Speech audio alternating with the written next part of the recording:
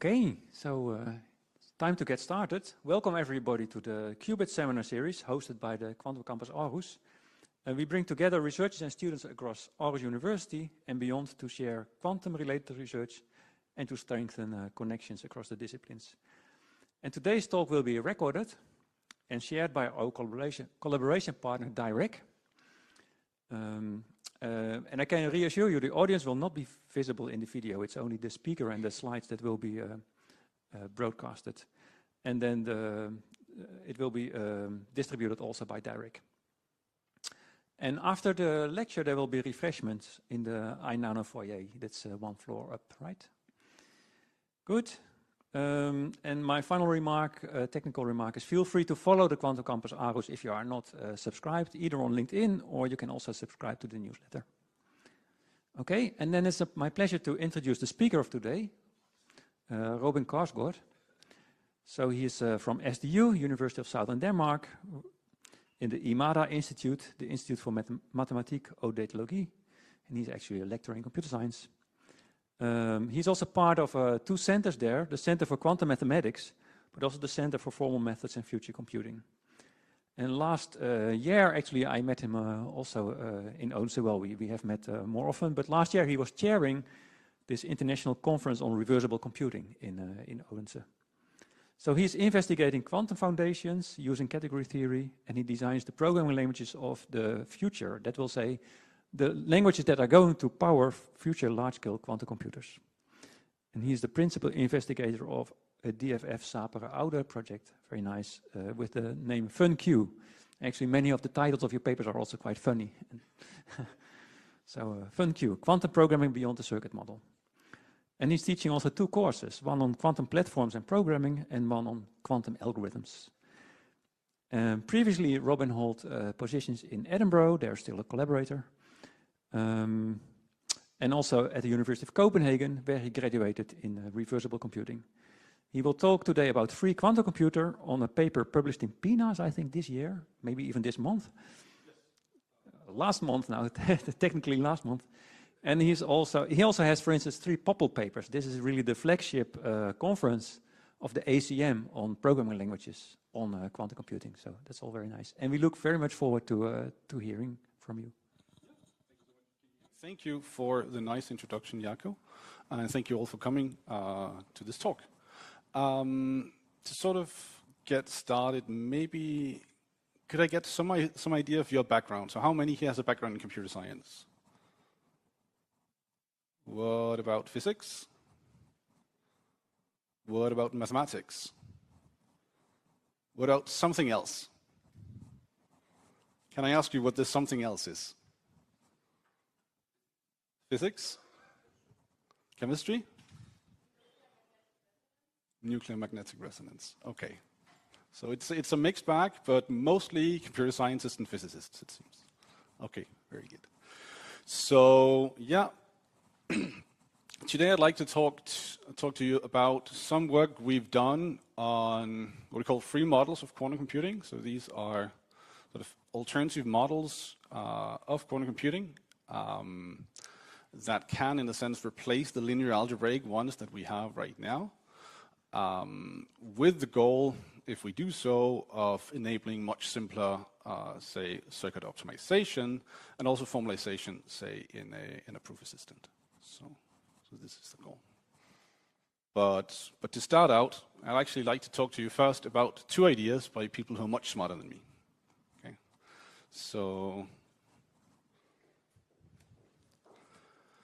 So the first idea is by this guy. Does anyone recognize this one? One recognize. I think like many of you, if you have a background in physics or computer science, will actually recognize this guy, right? Because he wrote a very famous book. He wrote a book with a guy called Michael Nielsen. So you maybe, at this point you can like recognize who this guy. This is Isaac Chuang. So he's a researcher in quantum algorithms and a professor at MIT, and one of the like pioneers of quantum computing, really. And in a recent paper with one of his PhD students, Zain Razi, they wrote the following. They wrote that formalizing useful abstractions in quantum computing for the manipulation of quantum information is still nascent, and may have great views on the development of higher-level quantum programming languages as we attempt to move away from a gate-level understanding of quantum computations. Okay, so what is Isaac Chuang getting at here? Well, I would say that he's getting at two things. He's getting at the necessity to sort of develop a high-level understanding of what quantum computing actually is. And what he suggests is that, well, when we have this, we can, for example, use this to develop like higher-level quantum programming languages. So what's this about? Well, if we're looking at doing, what people call like micro-optimizations in computer science, then these are optimizations that are all about like shaving a number of assembly instructions, right? So we're really at the level of, in this subroutine, can I, get rid of like 2 or 3 assembly instructions or something like that. But assembly instructions on a classical computer, well, they act on machined words, so this is typically like 64 bits at a time, right? And also, there are instructions that work on sort of all of this thing like at once, right? Whereas in quantum computing, sort of, I guess like our machine like words are really qubits, right? So this is sort of 1 qubit at a time, and the operations that we're talking about shaving are sort of 1 qubit or 2 qubit things. So that means that our understanding of like quantum computing is, in a sense, like at the very sort of subatomic level of what we would even consider sort of in classical computing, right? And sort of getting this, this understanding of, well, how does quantum computing work sort of at the macroscopic level? I don't think anyone has like any idea of, of how that would work right now. And what Isaac Chuang is pointing out to is that, well, we better get on this, right? Because, right now we have, quantum computers that, well, Maune is going to be, 50, 60 logical qubits. They're promising something like 200 over the, 200, 300 over the next couple of years, thousands maybe in 5, right?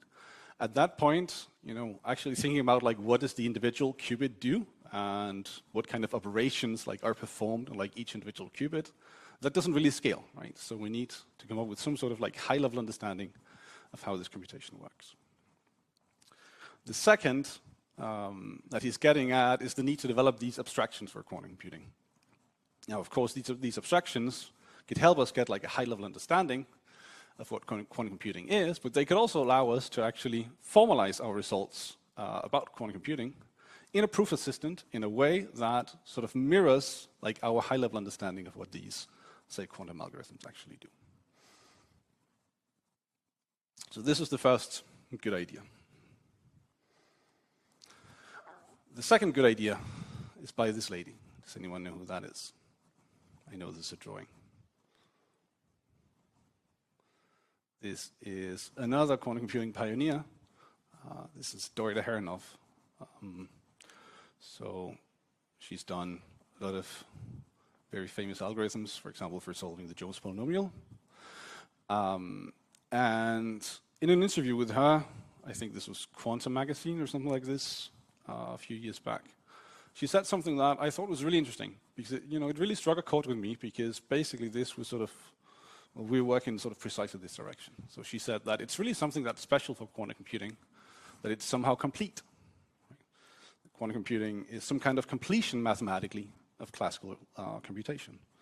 And she thinks of this sort of as maybe similar to the fact that the complex numbers are an algebraic closure of the real numbers. So this is this idea that quantum computing is sort of classical computing and more, right? And I guess the big fundamental question here is finding out what is this more, right? What separates quantum computing exactly from classical computing? And in a way, at least in some way, she already answered part of this result, or part of this, with the result with Xi. So it's what's called the Herrenhoff-Xi theorem. So what they showed is that the Toffoli gate and the Hadamard gate together are universal for quantum computing. Well, how's that interesting? Well, we know that the Toffoli gate on its own, this controlled not gate, is universal for classical reversible computing. Right? So this is sort of your starting point, like your for just the classical part. And then what they show is that to get all of the capability of quantum computing as well, you just need to add one little thing, right? And it's this Hadamard gate. And what does the Hadamard gate do? Well, the Hadamard gate is sort of a way of introducing and eliminating uniform superpositions of states. That's all it is. Once you have these two components, so a way to do like universal classical reversible computing, then you just need this Hadamard gate, this way of introducing and eliminating uniform superpositions, in order to actually be able to express every quantum computing or every quantum computation that's out there, at least up to whatever epsilon you give me.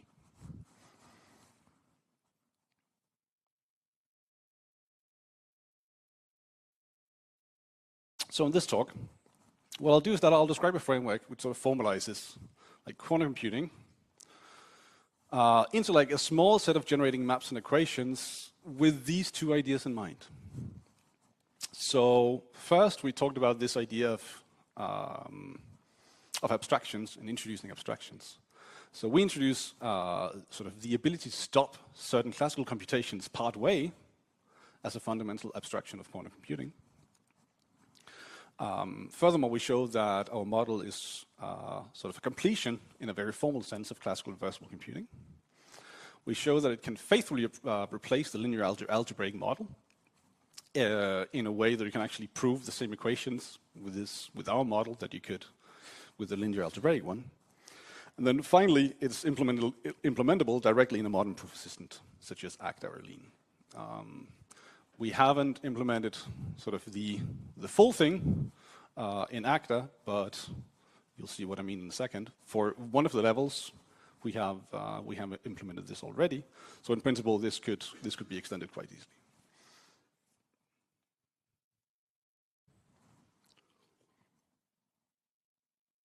Okay, so I'm working with a postdoc in Edinburgh, and he always tells me, Robin, you have to explain your titles. Maybe this is also what Jaak was getting at, is that I tend to have like some funny titles. And I guess this is sort of no different. Free quantum computing, what's that all about? I'm not actually like coming up with some sort of recipe for doing this without paying any money. No, that's not how it works. Right? So what am I actually getting at here? Well, the idea behind this is the idea of a free model. Okay, so let's talk maybe about sort of the defining property of what I mean by a free model. So we have some sort of structured theory. I'll call it a category. We'll talk about what that means in a second, right? And we say that this thing has to satisfy some axioms that we come up with. Right? And then the free model is sort of the smallest thing in a sense that realizes those axioms. Okay? So the free model is sort of the smallest one that realizes these axioms in a way that if you give me any other model, that is any other thing that realizes these axioms, there is sort of a unique way of factoring through it. This is what I mean by a free model. So maybe let's talk about these categories for a second. So this is going to be our starting point, Rick categories. How many people here have seen a category before? So some of you, okay. Then it sounds very scary, but it really is just a collection of processes, okay. So a category is, well, it has two things. It has something we call morphisms or arrows. These are processes, and we write them, well, this is why they're called arrows, as we give them a name, say f, and then we say that f goes from x to y, right, with the arrow. X and y here are objects, right, and we think of these as like the types of processes, right? And the morphisms are then things that turn, in this case, f is a process that turns an x into a y. And then we say that a category, well, it should be sort of a theory of these processes that satisfies, some axioms. For example, it should be the case that if I have two processes where the types sort of match up, so for example, I have an f, which takes you from x to y, and I have a g, which takes you from y to z, it should be possible for me to sort of compose those in sequence and just give me the process that Well, first does F and then does G, right? And that should now be a process from X to Z. Okay, this is what we call composition. Then we say that there should be a process that does exactly nothing. Every object should have that. We call that the identity. And then this should satisfy some axioms. For example, that that composition is associative, so it doesn't matter how I sort of place my brackets. And also, if I compose anything with an identity, it doesn't do anything. So this sort of reinforces the idea that the identity doesn't do anything at all. Okay? So a category is just anything that satisfies these things. This could be, say, Hilbert spaces as objects and unitaries as morphisms, for example. We'll get back to that in a second. Could also be something like sets as objects and functions as morphisms. But then we're saying, okay, so we need to look at these categories, right? These are sort of like our abstract theories of processes. But we want them to have like a bit more structure than that. Okay?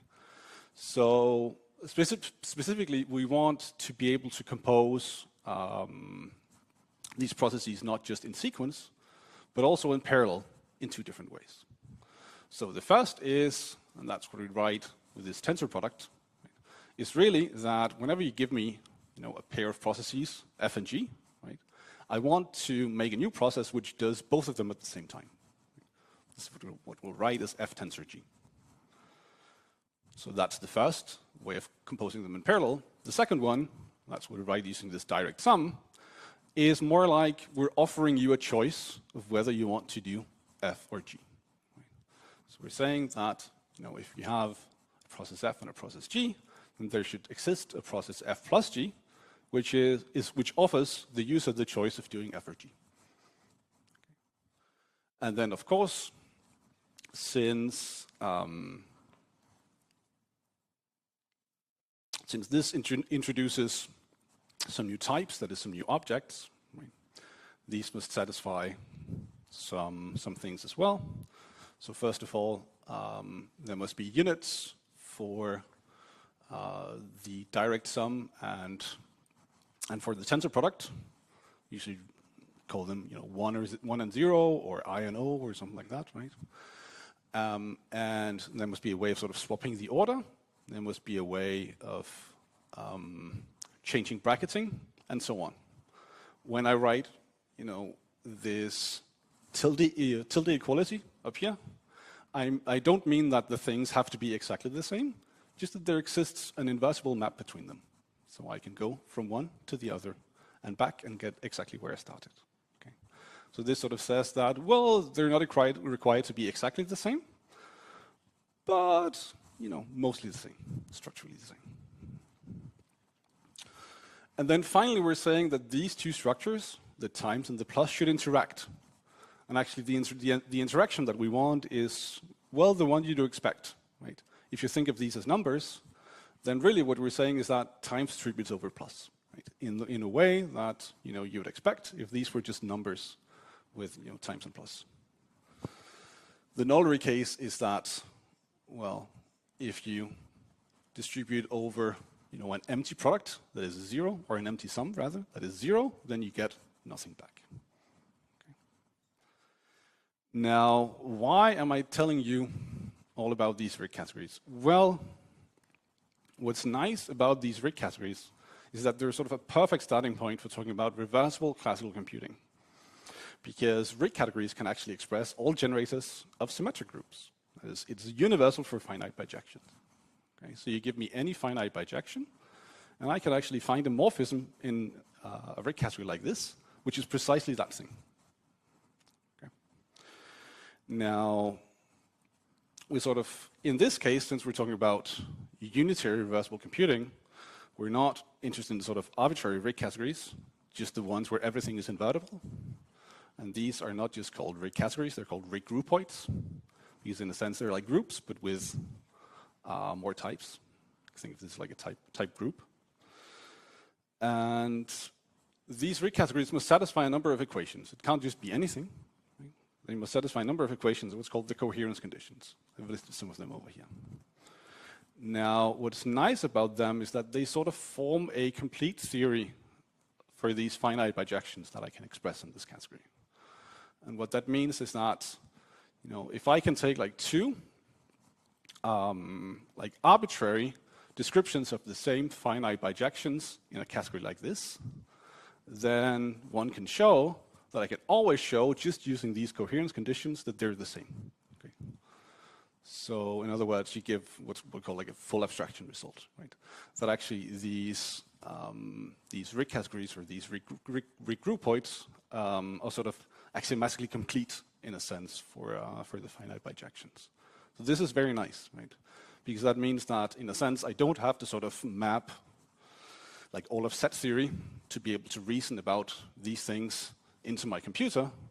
I just have to like implement sort of a finite set of equations, and then once I do that, I actually know, using this result, that I can show every equality that I could ever want about these things, just using this. So that's a very powerful result. So, and this is why this is that we'll use this as sort of a starting point for our sort of journey into quantum computing. So then we say, okay, how do we make this quantum? Well, we just sprinkle in a few square roots. Okay. So here's what we'll do. So the language of RIC groupoids is sometimes called pi. Okay.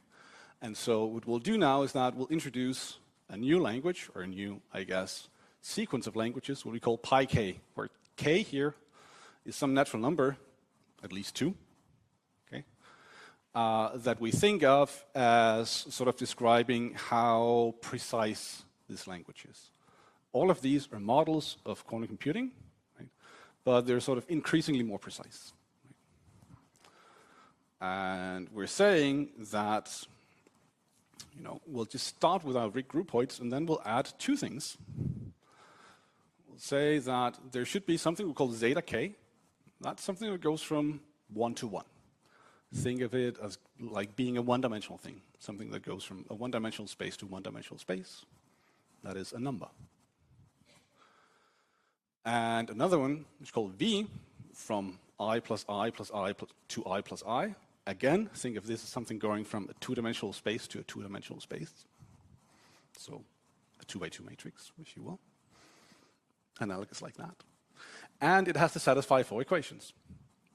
So the first one says that the V gate, this V thing that we added, should behave like half of a NOT gate, half of an X. So the X is described by the symmetry on I plus I. So this is the thing that takes whatever is to the left and puts it to the right, and whatever is to the right and puts it on the left. That is, it's a NOT gate. Right? And what we're saying is that, okay, if I do V twice, I should get a NOT gate. Okay? That's the first axiom. The second axiom says that if I take the thing corresponding to the number 1, that is the identity on 1, then there must be something which subdivides that 2 to the k times. That's what we call zeta k. Now, this might sort of seem a bit strange if you're a computer scientist. You think of this as like a unit map or something like that. You take like unit to unit. Okay, that's boring. What's going on there? On the other hand, if you're a mathematician, then okay, this looks a whole lot like something like roots of unity, right? And indeed, this is what it'll correspond to. And then this third axiom, well, this sort of relates, in a sense, the first two things. So we'll get back to later precisely what it means. But you can think of this as sort of a non-degeneracy condition. In a way, you could choose, for E2, you could choose zeta k to just be the identity, right? And in a way, E3 is sort of preventing you from making this choice. Right?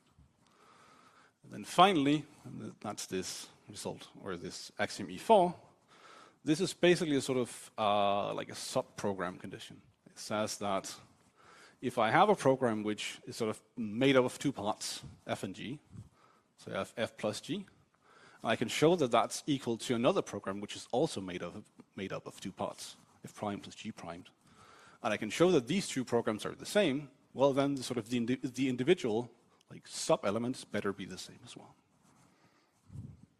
Okay. Now, what's important here is that this level k is at least 2, because otherwise E3 doesn't make any sense. Okay, so E3 requires k to be at least 2.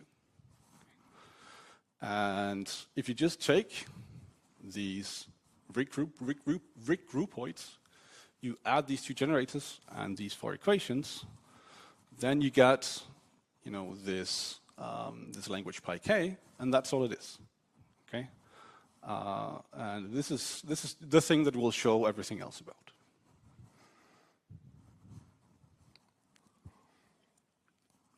Let's talk about what a model of pi k is. Well, a model of pi k is just sort of anything that behaves like pi k. So if you give me any other category, which is a RIG category, in fact, a RIG groupoid, and it has like distinguished maps zeta, k, and v, and they satisfy the same equations, then we say it's a model of pi k. Okay? This is saying that with like more precise words, but that's all it's saying. So what are models? Well, sort of an obvious model is the category of unit series, right? So this one has finite dimensional Hilbert spaces as objects, and unit series as morphisms. And indeed, this is a RIG category. We have tensor product as the tensor product, and we have direct sum as the direct sum. And in fact, since every unit series is invertible, this is a RIG groupoid. So far, so good. And indeed, if we now choose zeta k to be a 2 to the kth root of unity, and I choose v to be this guy, which is an actual like square root of the NOT gate, then we see that indeed unit series is a model of pi k. So what's the point so far? Well, we've shown in a sense that these axioms sort of agree with quantum mechanics, but that's it. But then what's the point of using this pi k? Well, the point of using pi k is that instead of having sort of all of linear algebra to deal with pi k, you just have like a small discrete set of generators and relations. That's all you have to work with. Okay. So if say you want to do like program optimization this way, you don't have to like implement all of linear algebra. You just have to implement a discrete set of generators and relations, and that's it. What's nice is that it corresponds sort of more directly to programs that are executable on unrealistic quantum hardware, where you typically only have like a discrete gate set. And it corresponds to sort of a standalone equational system that you can implement in a proof assistant. We have done it. Well, we've done it for k equals 3, right? And I think given that, you know, the axioms are no more or no less like complicated for any k you give me, I trust that, you know, you trust me that we can do it for any k. But what's also interesting is that we can show that pi k is universal for all of these k, you know, that are at least 2, right? So, you know, any sort of, I guess, legal pi k can actually sort of approximate any quantum program that you give me. But then, you know, there are sort of two questions that are still sort of unresolved. Is that, okay, so we have this this list of axioms, right? But how do we make sense of those, first of all? That's the first one. And the second one is the question of, well, what can we actually derive using these axioms? So let's talk about that. So, but for the first one, actually, I guess the first question. For that, we should probably talk about the Schrödinger equation for a second. And here I've chosen sort of the simple time-independent one. But the point here is that, well, the Schrödinger equation sort of says that the evolution of a physical system is described by a Hamiltonian, you know, after letting some time t pass, and its solution is then given by some function of unitaries, right, depending on this t. where t is sort of the time that you let pass. So then the question is, well, what happens if instead of letting like some time t pass, I let half as much time pass? And well, if we do that, then okay, we get this solution instead. Just divide t by 2. But then we see that actually if I take the solution and I do that 2 times, right? So I do u of t half twice, then that's exactly the same as me doing u of t, right? So in other words, whenever I have a solution for some time t, well, this has like a generalized square root. I can sort of take this thing and I can like put it into, in a sense, 2 like equally large parts, such that if I do those 2 parts, then that's the same as doing like the entire evolution. So in a sense, this motivates the first 2. Where did I put these? Yeah. This motivates the first 2 axioms, right? Because they're just saying that, oh, you know, there exist things which basically allow me to subdivide things that I already assumed to exist, right? Which are, in this case, the identity on 1, or you can think of it like the number 1, or, you know, the NOT gate.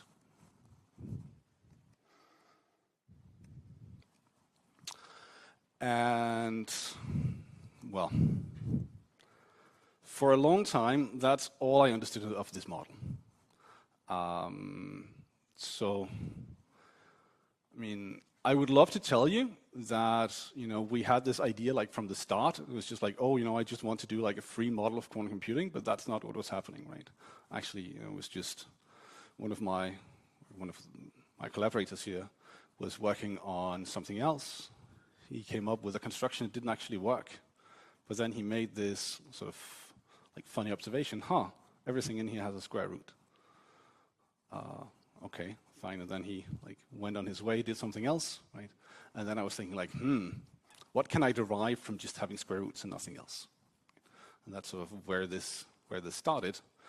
And from just having square roots and nothing else, I could actually get quite far. But then, you know, you get into having to like show results like, say, if I do the Hadamard gate twice, that's the same as doing nothing at all, right? And then when I did that, was when I realized, oh, you know, I'll have to assume some more things, right? So that's actually where this E3 axiom came about, is that, oh, this is something that's true. And if I assume it, then I can prove like something useful, like doing Hadamard twice is the identity. So it's like, okay, let's just assume that and sort of move on. But the problem with this is that, well, you get sort of anxious, right? Because at that point I did not understand why this actually worked.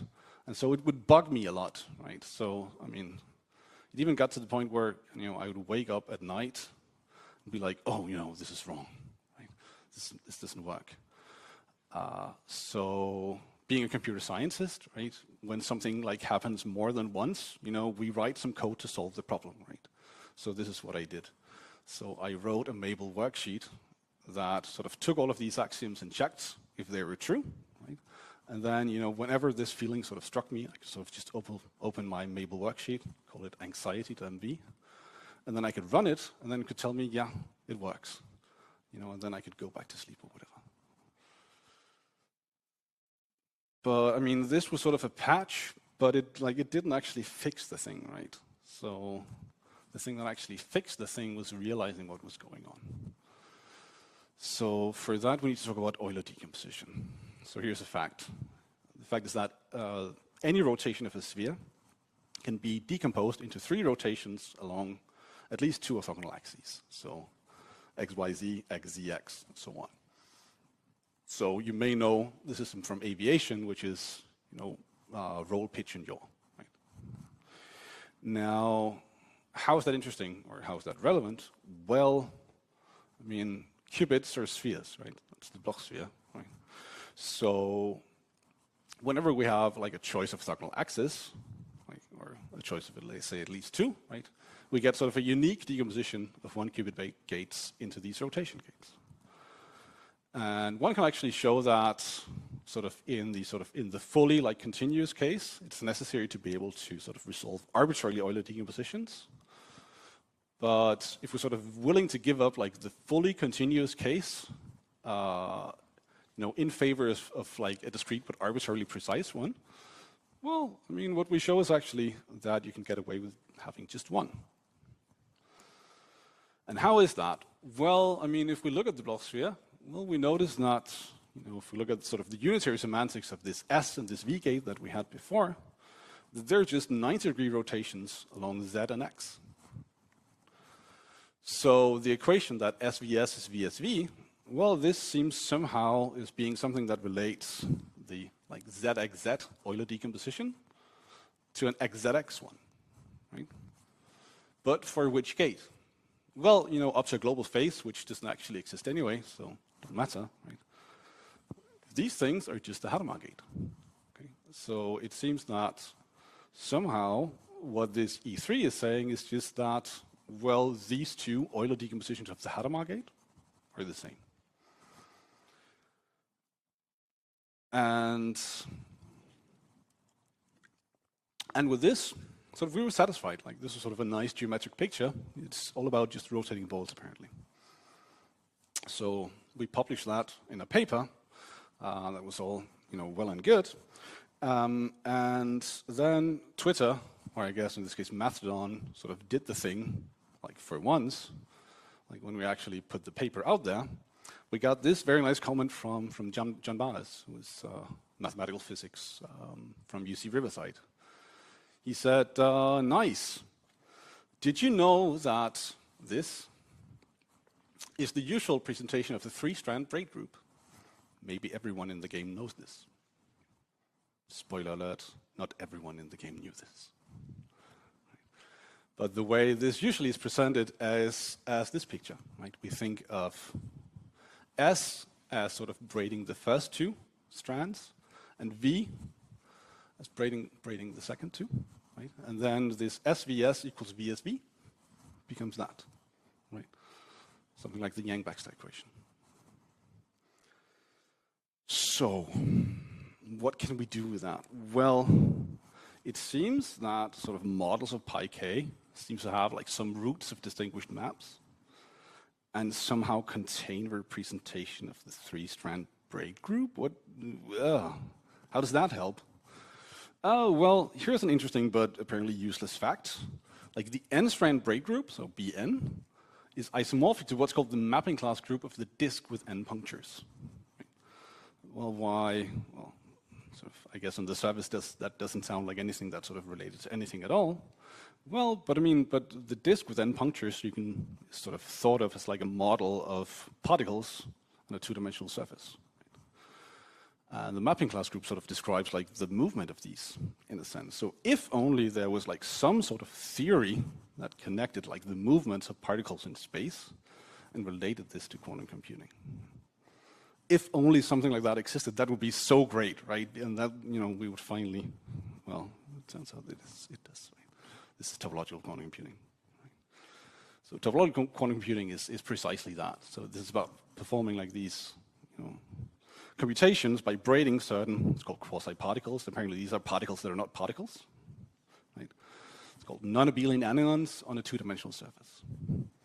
And performing sort of a native gate on the topological quantum computer is precisely braiding two such particles. Now, what's interesting is that with these, unitary semantics of S and V that we had before, we actually see that this is a known topological quantum computer, what's called the Ising topological quantum computer. But what's interesting is that the Ising topological quantum computer is not universal. So pi k can sort of be seen as, in a sense, as like a non-topological extension, or I guess like a tower of non-topological extensions to the Ising TQC that sort of adds like more and more rotations in a sense. So the final piece of the puzzle concerns this like strong cancellativity. And this we sort of had to add as like an inference rule, saying that if this is the case, then that's the case.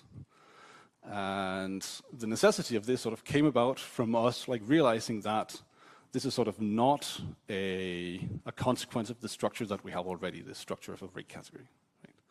because if you look at, say, unitaries with O+, then it does satisfy this.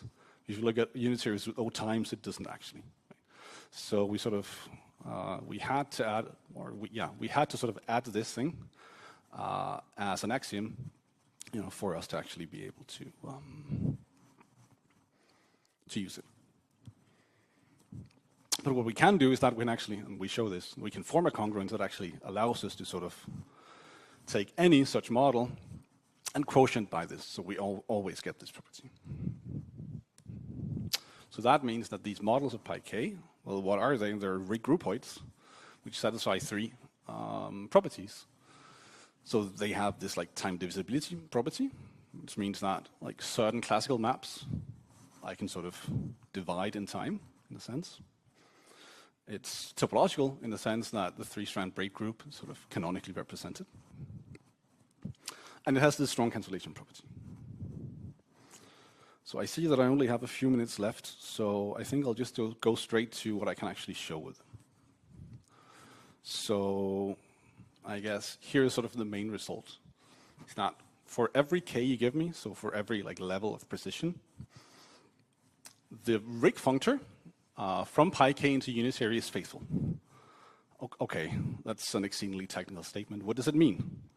Well, it means that sort of the axioms of pi k are sort of exactly the ones that you need to capture like the equalities of the unitaries that you can express. Right? Or in other words, you can show sort of exactly the same equational results about programs in pi k as you could using just linear algebra with the unitaries. Only you don't need all of this like heavy to implement like linear algebra machinery. And in general, we show that pi k is actually equivalent to the category of which has natural numbers as objects and unitary matrices that are generated by these two things. Now, what's interesting is that there are some like funny like number theoretic like special cases. For example, we can show that pi k is equivalent to the category of unitary matrices with entries in this ring. So z extended with 1/2 and I. And pi 3 to unitary with entries in z extended with 1/2 and the square root of I. So then we're like, surely pi 4 is just unitaries in the square root of that square root of I. Right? Right? Disappointment. No. I mean, yeah. I don't even know why we let like number theory be a theory at this point if it has to behave this way. Anyway. So I guess one final question, which I guess I don't have to talk much about, is how we handle measurement, right? Because the problem is that, okay, unitary evolution is one thing, right? But the bone rule actually tells us that there's another way that systems can evolve, right? And that's when we measure them. So the question is, well, pi k sort of only handles, in a sense, the unitary bit. So how do we add measurement back? Now, for that, we sort of explore like some other brilliant ideas of other people, which is in this case by Hugh and Staten, which show that you can sort of add, in a sense, measurement in sort of a two-step process through what's called dilations. So first, they show that you can do sort of a dilation where you can like dilate isometries to unitaries using the Gram-Schmidt procedure. And then using Steinstring dilation, you can sort of simulate any like quantum channel, so quantum program possibly with measurement, using nothing but isometries. And for that, we actually derived constructions that corresponded precisely to these two things. And we're returning to Staten again. So Staten actually previously gave another set of axioms that describe precisely how measurement, or sort of, I guess, like all of the equations that measurement must satisfy, assuming that you already have solved the problem of which unitary maps are the same. And what we showed is that using this construction that we gave, that actually all of these equations can be derived using the definition of measurement in our construction. So in other words, this means that every equality of quantum channels can be established using nothing but equality of pure maps, so maps from below, for example, using these axioms of pi k, the axioms of RIC categories, and the definition of these two constructions. And again, this is sort of eminently useful for the formalization of quantum programs, quantum algorithms, and for doing quantum program semantics. So I think I'll leave you on that and say that, yeah, we just published this, I think, 2 weeks ago. I'm very proud of it. If you have any questions, I'd love to talk more about it. Yeah, thanks.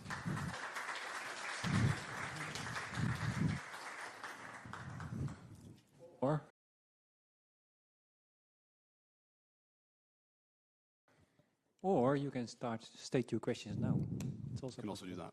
So, other questions? Maybe, yeah, Bas.